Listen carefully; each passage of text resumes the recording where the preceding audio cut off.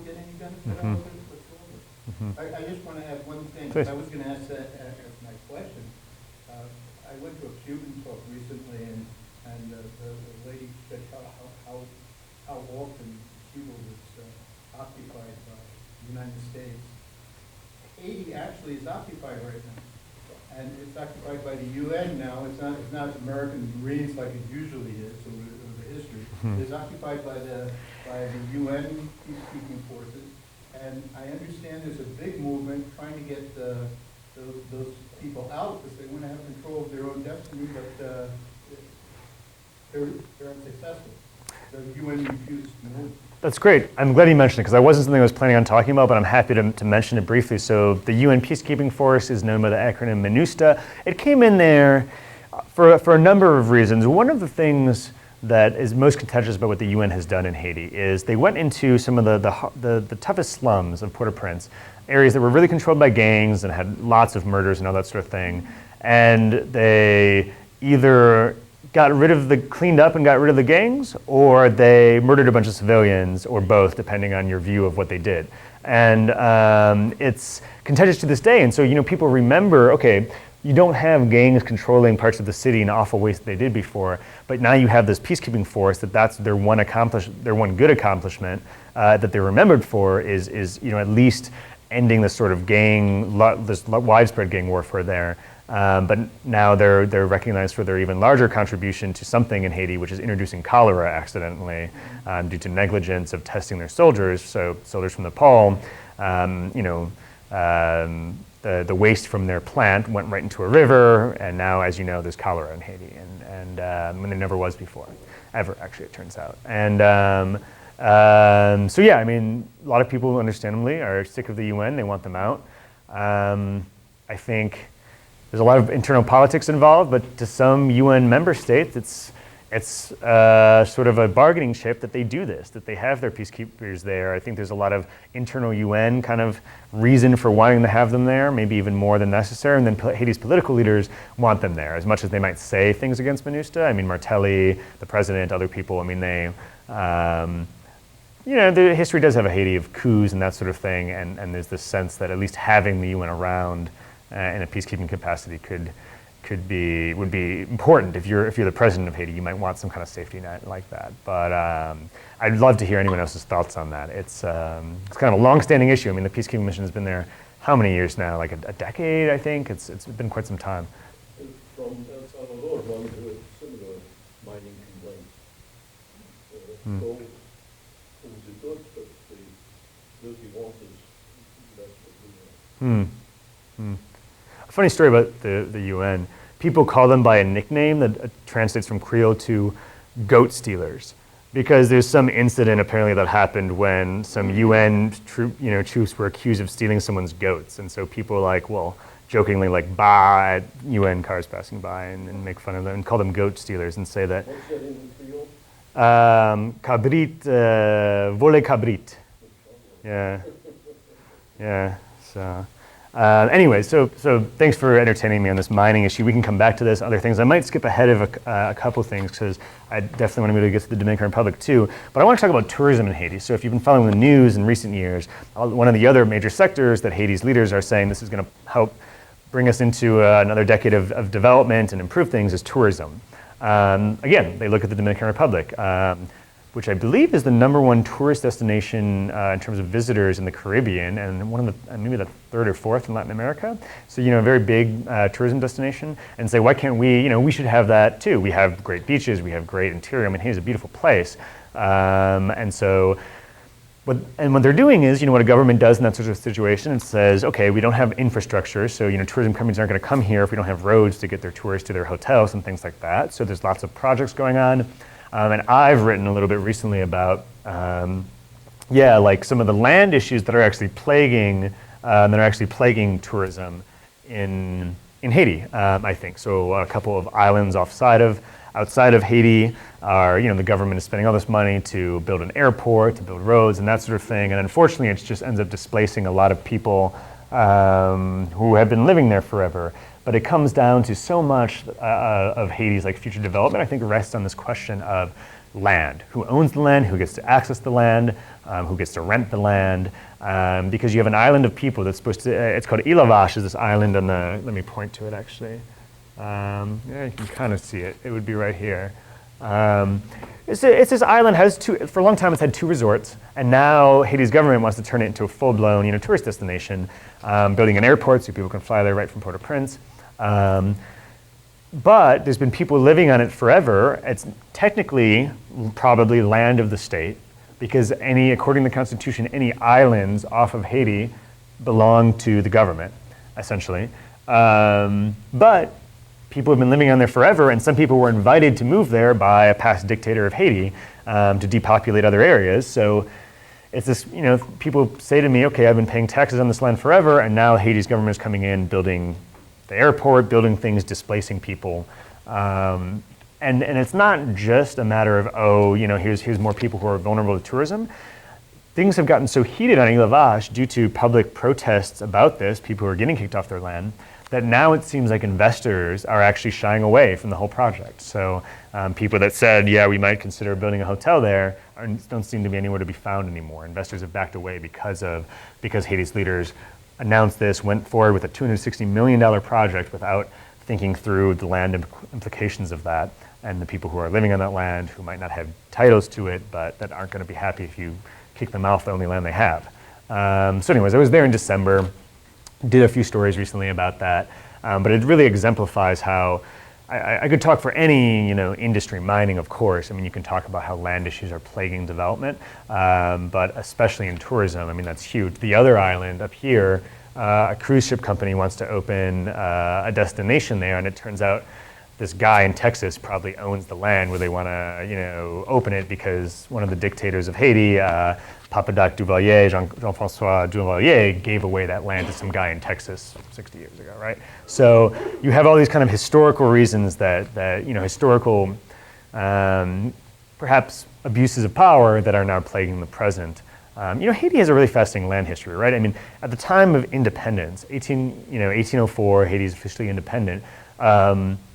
Freed slaves. The leaders of Haiti say, actually, the freed slaves are thinking this is going to be we're going to have our own land, we're going to grow our own things in our own land. The first leaders of Haiti said, actually, this land still has to belong to the state, and really you should probably still stay on those plantations and keep working for very little money, actually, because we need to pay a debt to France to recognize our freedom, or else we can't trade with anybody. We can't sell any of the sugar cane anyways, because no one in the world will recognize a bunch of freed slaves. So Haiti, to get that recognition, had to pay off a big debt to France, kind of bought its freedom, actually, in a way. And the result being that people who had freed themselves are now being told by their new black leaders, get back to work on the plantation, essentially. And so it's really interesting how these land dynamics have changed, and different governments that have tried to keep land with the state, different governments that have given land away to the people. Anyways, I'd love to take any questions about the land issues, but also I've written a few stories about how land plagues tourism ambitions here. But we could also move on. I want to get quickly to the Dominican Republic part of things. If there's any questions, I can take them.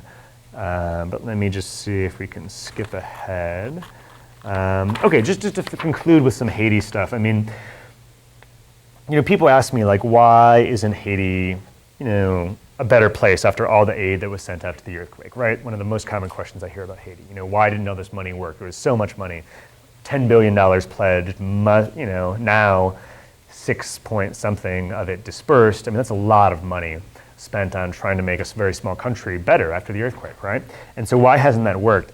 I'm not going to have time to answer that question, or if anyone can, but I do want to say that when we're considering the answer to that question, you have to look at the people who controlled the money. You can't say, oh, those Haitian leaders, they took all the money. Only 5%, about 5% of all the aid money to Haiti after the earthquake went through Haiti's government. Only 5% of it, Haiti's government had any say over what was even done with it.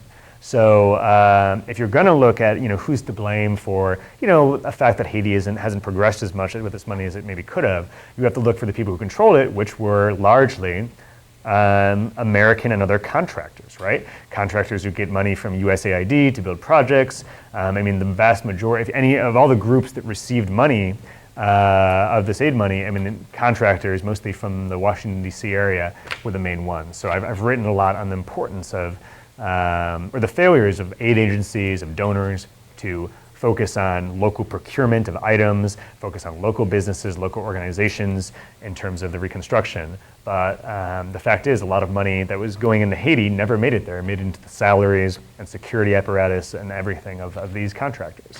And a lot of times. Not to say it's not necessary to have contractors to build something, but you know, I mean, if you're going to look at who's to blame for Haiti still being where it is, I think you have to look at the people who actually had control of money. USAID, different government agencies, and then down through the contractors who implemented those things. All right, let's get any other questions about Haiti or any comments? I'd love to take them, or we can also take them later. Yeah, go ahead.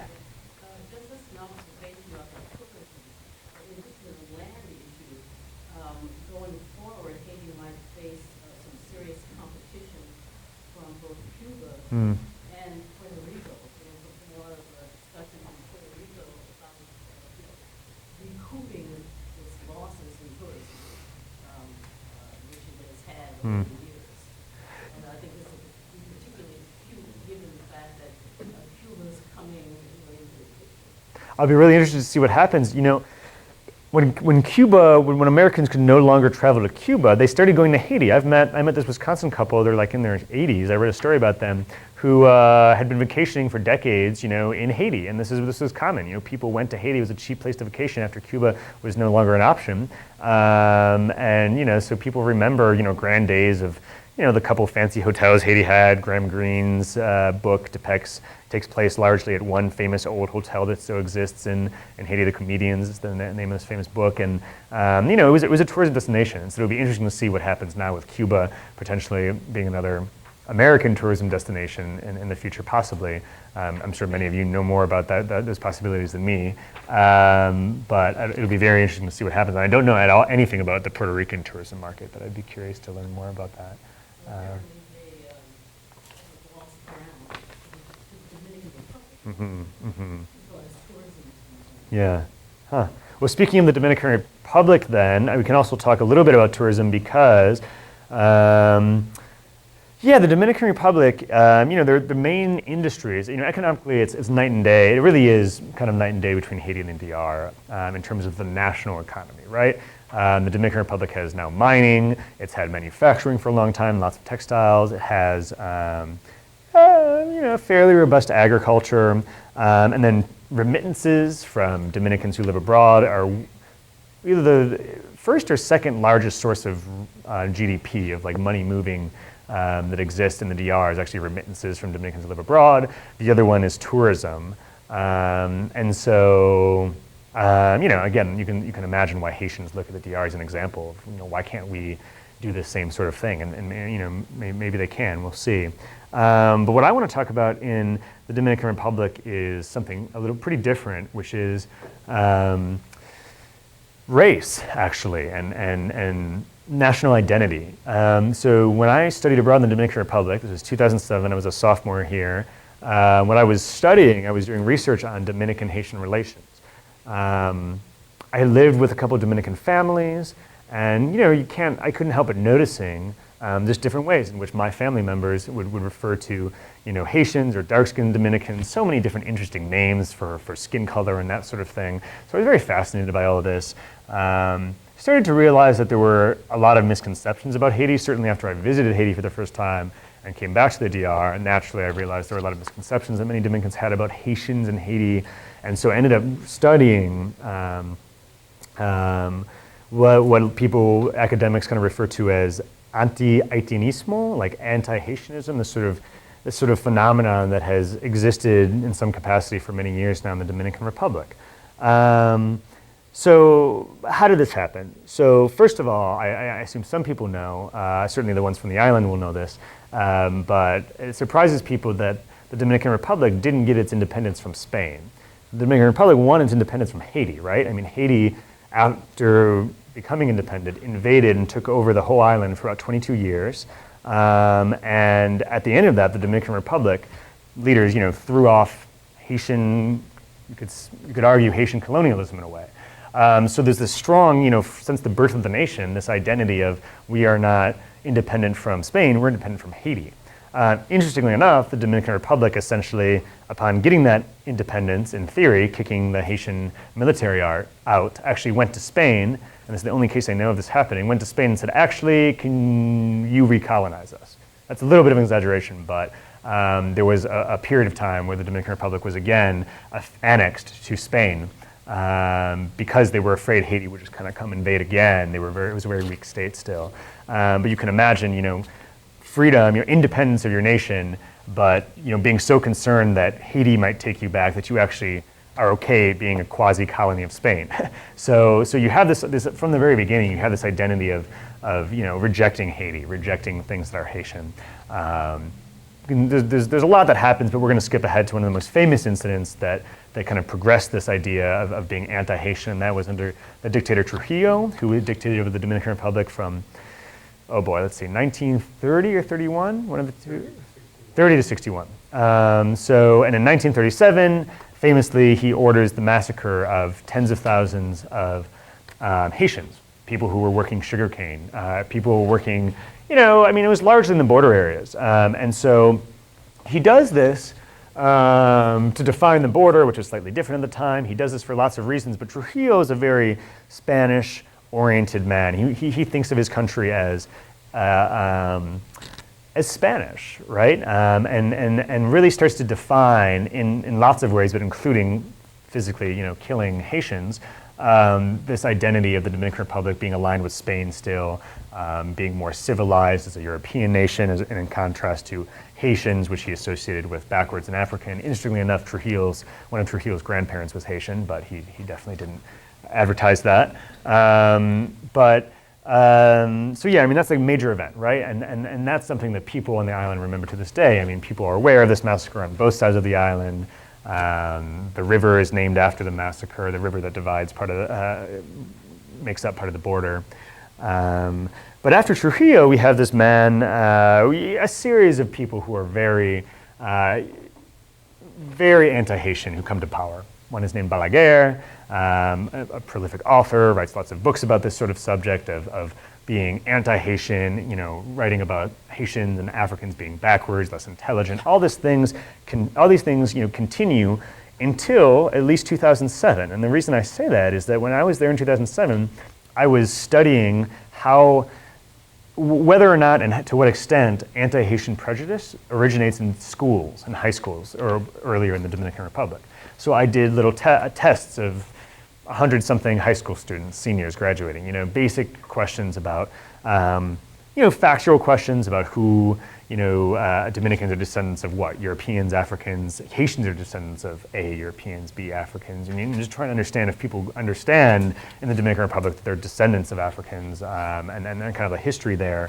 But then looking into associations. So, one thing, if you go to the Dominican Republic, a lot of times you may hear things that if a crime happens or something, it'll often be blamed or assumed that it's Los Haitianos. So, and I'm not saying among everybody, but I have to say, having lived there in a long time, I've often heard this whenever crime is brought up. So one of the questions I asked high school students is, okay, which group commits the most crimes in the Dominican Republic that exist? Haitians, and the definition of Haitians is kind of problematic too, but Haitians or Dominicans. And 97% of the students I interviewed said, Haitians commit by far more crimes by number, than Dominicans. But in fact, the best evidence at the time was that Haitians committed 3% of the felonies in the Dominican Republic, But there's just this, long-standing, I was trying to find out why is this, why do people have this misconception of Haitians as very criminal, of there being way more Haitians than there even are in the Dominican Republic and that sort of thing. So I studied that while I was abroad,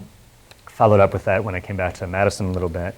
And I'm writing about it still, and so that's why I wanted to talk in the Dominican Republic about this issue, and I apologize if it's not necessarily even, instead of talking about the economy, I'm talking about this, but it happens to be what I'm writing about now for a magazine in Washington on this subject. And, the reason I say that this kind of institutionalized anti-haitianismo existed to at least 2007 is that in 2007, I was studying textbooks in the Dominican Republic that high school students use. And these textbooks had very racially charged, you could